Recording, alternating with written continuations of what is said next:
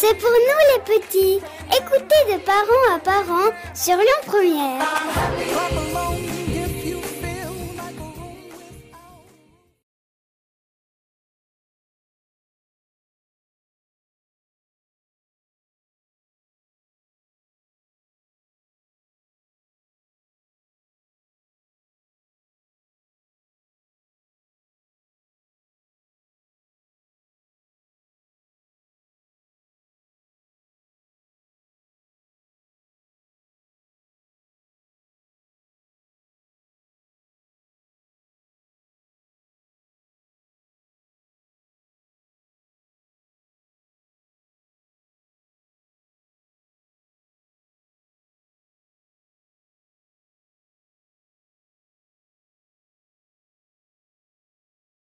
Nous voilà de retour dans le studio de Radio Lyon Première pour la suite de votre émission de parents à parents avec les blogueuses Elodie et Yeud. Avec nous également Charlie de la société lyonnaise Kiyoup, éditrice de 3 applications smartphones et tablettes pour enfants.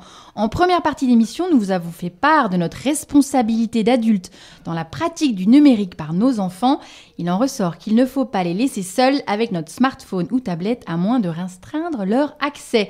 Alors pour leur permettre de jouer et d'apprendre librement sur nos écrans tactiles, quelles applications choisir ? Alors heureusement, on en a un qui connaît bien les applications, c'est Charlie. Alors avec ta boîte Kiyoup, tu as sorti 3 jeux, 2 pour l'apprentissage, 2 pour jouer, vraiment, tout simplement. Et d'ailleurs, ce dernier a reçu une distinction au printemps 2014, le prix des enfants. Quelle belle récompense. Ouais, on était super contents. Ah ouais, c'est une consécration, ça. Alors présente-nous justement ces 3 jeux, notamment ce dernier qui est une pure merveille sur les potions magiques. À qui s'adressent-ils ces jeux ? Alors, on a donc 2 premiers jeux qui sont donc des jeux ludo-éducatifs sur le thème des maths. Le premier qui s'appelle Math Matthews Multiplication et le second Math Matthews Calcul Mental. D'accord. Voilà, donc c'est pour favoriser pour aider les enfants, voilà, en mathématiques. Exactement. À partir de quel âge tu proposes ça ? Pareil, je dirais 6-8 ans. 6-8 ans, ouais. D'accord. Et effectivement, donc on a ces 2 jeux-là qui proposent une grosse dimension ludique. Ouais. On met vraiment l'accent sur le ludique parce qu'on considère que c'est un moyen vraiment de capter l'attention. Sans attention, oui, il ne faut pas que ce soit trop simple et trop, on va dire, sérieux. Didactique, parce que sinon, c'est ça, exactement. Ouais. Donc là, on a une histoire un petit peu barrée autour de l'univers des pirates. D'accord. Ah voilà, oui. Ouais, donc en fait, ils font des maths sans s'en rendre compte. Alors en tout cas c'est le but, D'accord. le but ultime pour nous quoi. D'accord. Donc on a essayé de donc faire. Ça va être des matheux sans s'en rendre compte. et c'est francophone, enfin c'est-à-dire que c'est une appli qui est en français ou est-ce que si on ne parle pas français ça marche aussi ? C'est en plusieurs langues. Math Matthews on l'a d'accord. traduit en français, anglais, allemand, je crois. Ah oui, d'accord. Et notre dernière donc qui est Kiloubou Potion Magique, donc qui est purement ludique pour le coup et qui propose aux enfants de créer des potions magiques à partir d'une liste d'ingrédients assez farfelue quoi. Donc quoi ? Alors il y a des Qu'est-ce qu'il y a ? Qu'est-ce qu'on peut mettre dans la potion magique ? Il y a des plumes de phénix, il y a des œufs de papillons, des choses comme ça quoi. Donc comme ça ils s'imaginent remplir une marmite avec exactement, dans une marmite, je sais pas si c'est exactement, c'est ça n'importe quoi et ça fait quoi ? Et alors il en sort une potion que l'on peut tester sur le petit apprenti qui s'appelle Sacha, qui lui n'a pas très envie de goûter les potions à première vue, mais voilà, donc on fait glisser la potion sur le petit personnage de Sacha et on regarde finalement la transformation. Et il peut devenir quoi ? Il peut se transformer en licorne, il peut se transformer en Père Noël, voilà, des choses comme ça. Plein de trucs. Ouais. Il y en a combien des possibilités comme ça ? Il y a 65 potions, donc 65 transformations différentes. Voilà. Et ça marche par niveau ou pas ? Parce que si on est fort, est-ce qu'on peut aller... est-ce qu'il y a une graduation Alors, il y a une graduation, oui. Simplement, c'est vrai qu'en cours de production, on s'est rendu compte que le niveau de difficulté était un peu élevé. C'est-à-dire que on peut mélanger jusqu'à 6 ingrédients, donc ça fait un nombre infini de potions.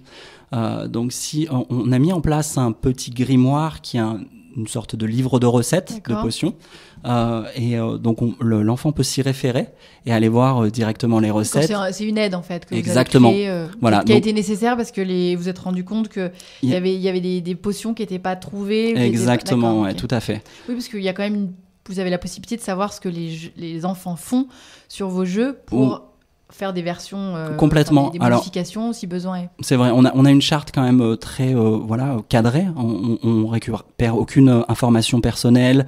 Il n'y a pas de lien vers des sites tierces ni de lien Facebook. Oui, ça c'est important de le dire pour les parents parce que c'est vrai que si on n'est pas derrière, on ne sait pas ce que l'enfant va raconter sur l'application. Voilà, on n'aimerait pas qu'il raconte sa vie ou que. Après, on a la possibilité de récupérer des statistiques, mais de manière complètement anonyme, qui nous informent sur les comportements de jeu, simplement, de savoir qui a eu accès à telle potion. Et ça nous permet aussi. Combien de temps ils sont sur le jeu Ouais, tout à fait. Ça nous permet aussi d'adapter. Exactement. D'accord, ok. Ça nous permet d'adapter l'expérience en fonction, de se rendre compte si le jeu est trop facile, trop difficile, et d'adapter pour proposer la meilleure expérience possible. Ouais. Et alors les filles, vous êtes plutôt application de jeu pur ou alors est-ce que vous aimez que vos enfants apprennent aussi? Élodie? En fait, moi, c'est mon fils. Enfin, moi, je serais plutôt jeu et lui, il est attiré par justement tout ce qui est appli de maths, de géométrie, de faire des pliages sur l'axe de symétrie. D'accord. Donc voilà, du coup, il a une appli de maths, les deux. Donc je vais aller regarder. Et toi, ce que tu proposes? Nous, c'est plutôt du jeu. Elle a que 2 ans, donc du coup, l'apprentissage, forcément, il y a toujours un peu d'apprentissage, les couleurs, les formes, etc. Mais non, ça reste très, très ludique. D'accord. Et alors, comment est-ce qu'ils choisissent les applications? Élodie, toi, tu disais, mon fils, il aime bien tout ce qui est apprentissage. Moi, c'est les jeux. Alors, vous arrivez à vous entendre? Moi, c'est toi qui joues refuse. Non, je lui refuse pas mal de choses. Parce que voilà, lui, c'est au look de la petite miniature sur l'App Store. Après, voilà, moi, je fais effectivement attention à l'âge. Je lis les commentaires, je regarde les avis, le nombre de notes. Enfin, voilà. Oui, c'est vrai qu'il s'est noté. C'est ça qui détermine. Puis où tu peux la trouver, combien ça coûte. Tu prends des choses qui sont gratuites ou pas? Uniquement. Ah ouais. Ah, ça nous arrange pas ça. Non, parce qu'il y a des choses. Franchement, les trucs gratuits, c'est pas forcément les meilleurs. Alors moi après j'ai des, on va dire, des éditeurs. Enfin, j'ai repéré vraiment des jeux de confiance. Comme quoi par exemple? Toca Boca. Ouais, d'accord. C'est vrai, espagnol. Des jeux vraiment super. Il a pris quoi ton fils? Notamment Toca Band. D'accord. Alors maintenant, il est payant, il est à 2,69 €. Ah, tu vois, à ce moment-là, mais je l'ai eu gratuitement. Ah bon, d'accord. C'était peut-être pour le lancement. D'accord. Et donc, on peut composer un orchestre en choisissant ses petits personnages. Donc, chaque personnage a un instrument. D'accord. Alors, ça peut être très mélodique ou alors carrément la cacophonie. Ouais. Mais c'est sympa, c'est très sympa. Il y en a un avec les coiffures qui est pas mal chez eux, qui est complètement délirant. Alors, il y a le Père Noël et le sapin à qui on peut couper les cheveux et les aiguilles. D'accord, ok. Voilà. D'accord. Et il y en a qui te plaisent pas du tout? En fait, donc, quand on a eu la tablette, on a fait la grossière erreur de débutant de télécharger tout venant sans regarder forcément. Et notamment, on a pris Talking Tom. Le chat... Talking, comme en anglais, d'accord. Oui, le chat qui parle. Ouais. Et en fait, donc il faut lui tirer les moustaches, on peut lui jeter des tomates, voilà. C'est sympa, ça. C'est rigolo. Après, mon fils était surexcité quand il jouait à ça. Je me suis dit, il y a un truc qui... Et finalement, voilà, l'état d'esprit, tirer les moustaches du chat, je me suis dit, allez, donc du coup, on a désinstallé. D'accord. Okay. Voilà. Bon, ça va, il a pu remplacer ça par autre chose, donc il a oublié. Oui, on en a trouvé plein d'autres. Et la petite dernière, là? Alors, ma fille, que j'appelle ma petite bouillotte sur le blog. Parce qu'elle voit son grand frère maintenant avec tout ça. Puis bon, elle n'a pas encore 1 an, donc comment ça se passe? Non, mais finalement, non, elle s'intéresse plus aux livres. Ouais. Alors, elle les lit pas, elle les mâchouille. Sympa. Voilà. Surtout si c'était le livre préféré du grand frère. Mais non, franchement, ça l'attire pas plus que ça. Alors, tu sais qu'il y a des applis pour les à partir de 6 mois. Je connais pas. Donc, il y en a une qui s'appelle Sago Mini Soundbox. Alors, c'est une application musicale et colorée. Alors, il y a 9 tableaux. Alors, l'enfant, il va pouvoir toucher l'écran. Alors, comme quoi, à 6 mois, on peut aussi aller toucher l'écran et provoquer en plus la naissance de ronds colorés, des petits, des rayés, des arlequins. Et puis, en plus, ça va faire un son. Et puis, il va pouvoir y avoir, par exemple, un aboiement de chien, une sonnerie de téléphone, bref, tous les bruits qu'il peut entendre autour de lui. Et puis, il pourra même créer des formes tout seul. Donc, voilà, il y en a plein. Alors, tout ça, ça existe grâce à la souris grise. Alors, qu'est-ce qui connaît la souris grise, là, parmi nous ?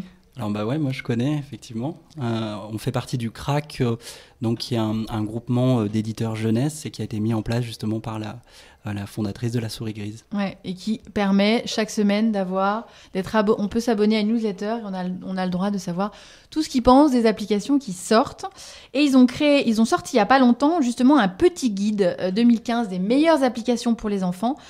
Alors, cette petite maison d'édition, il faut en parler parce que vraiment, ils sont là-dedans. Ils donnent leur point de vue à chaque fois. Ils répertorient par 4 catégories d'âge, par type de contenu. Alors, il y a jeux, lecture, maths et logique, donc vous êtes dedans. Sciences et nature, outils scolaires, etc. Éveil. Et oui, pour toi, Aude, pour ta petite, il y a plein de choses pour qu'elle puisse s'éveiller aussi grâce aux applications. Il y en a 120 qui sont répertoriées. C'est une vraie petite pépite.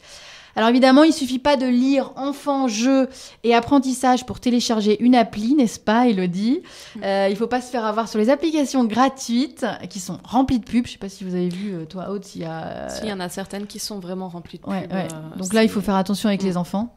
Alors par contre, il y en a une qui est très bien, c'est des Lyonnais, c'est Studio Pango et c'est Pango gratuit. Ouais, c'est génial, ouais. Et pour les tout petits, bon alors il faut quand même qu'ils soient accompagnés, enfin je dis les tout petits mais 2 ans quoi. Ouais. Et c'est un petit raton laveur, c'est un petit raton laveur bleu et donc il a plein d'aventures avec ses copains. Et en fait justement c'est très très tactile, donc il faut l'aider à secouer le pommier pour faire tomber les pommes. Donc en fait on secoue doucement le téléphone, on lui frotte le ventre parce qu'il prend son bain, enfin voilà, c'est super sympa. Et toi Aude, t'as des applications à nous donner ? Nous, ce qu'on utilise en fait, c'est une application qui permet de ne pas sortir, ça restreint l'accès à la tablette en fait. Ça s'appelle Mode Enfant, c'est de chez Zoodle. Il y a une partie qui est gratuite, après on peut rajouter, il y a des choses qu'on peut payer pour... Des fonctions supplémentaires, voilà. Et donc on sélectionne les applis qu'on autorise à l'enfant, et donc une fois qu'il est dans cette application, il ne peut pas en sortir à moins d'avoir le mot de passe. D'accord. Et ça ça évite qu'il aille sur YouTube, sur autre chose. Voilà. Oui, c'est ce qui va là sur le site internet, enfin quand ils sont sur l'ordinateur, c'est pareil. Voilà. D'accord, ok. Bon, écoutez, alors donc, il faut avoir un descriptif pour choisir aussi son application. Une petite vidéo, ça c'est sympa, ça nous permet de voir à quoi ça ressemble, d'être séduit ou pas. Bon, écoutez, l'émission touche à sa fin. Je suis très contente de vous avoir reçus. Alors, si nos internautes et auditeurs ont envie de nous retrouver, eh bien, ils peuvent retrouver tout ça en podcast sur le site de Radio de Lyon Première. On peut aussi se rendre sur ton blog. Yeude, raconte-nous, qu'est-ce qu'on y trouve sur ton blog ? Plein de choses. Ma vie de maman, en ce moment, j'ai pas mal parlé de ma reconversion professionnelle. D'accord. Voilà, des loisirs. Et comment on écrit Yeude ? Parce que là, je le prononce, mais peut-être qu'on sait pas. Y-E-U-D-E. D'accord. Et c'est pour .fr, .com ? .fr, d'accord. Et toi, Élodie, sur ton site ? Alors, c'est www.maman au pluriel près de chez vous.fr. Demain, on organise un goûter. Donc, s'il y a des mamans qui veulent se joindre à nous, à la parenthèse, voilà, c'est pour faire connaissance. Vous en organisez plein des rendez-vous à la parenthèse. Il y a tous les lieux qui. Tous les parenthèse, lieux qui Minus et compagnie, voilà, etc. Donc, il faut aller sur ton site pour savoir tout ça. Bon, merci beaucoup toutes les deux. Merci beaucoup à Charlie de Kiyoup, éditeur lyonnais d'applications smartphone pour enfants. C'est l'heure de rendre le micro. Je suis ravie de vous avoir reçu pour parler des usages numériques de nos petits. Retenons qu'il est de notre responsabilité d'avoir une discipline familiale à la maison pour la pratique digitale. Et cela commence par nous les grands, n'est-ce pas les filles ? Je vous ai entendu vous êtes très très accros, hein ? Attention. Et il est aussi important de choisir avec eux les applications. Et chers auditeurs et chers internautes, nous vous quittons dans la bonne humeur, disons si je peux prononcer ça. Et espérons que vous avez passé un très bon moment en notre compagnie. Au revoir à tous. Au revoir.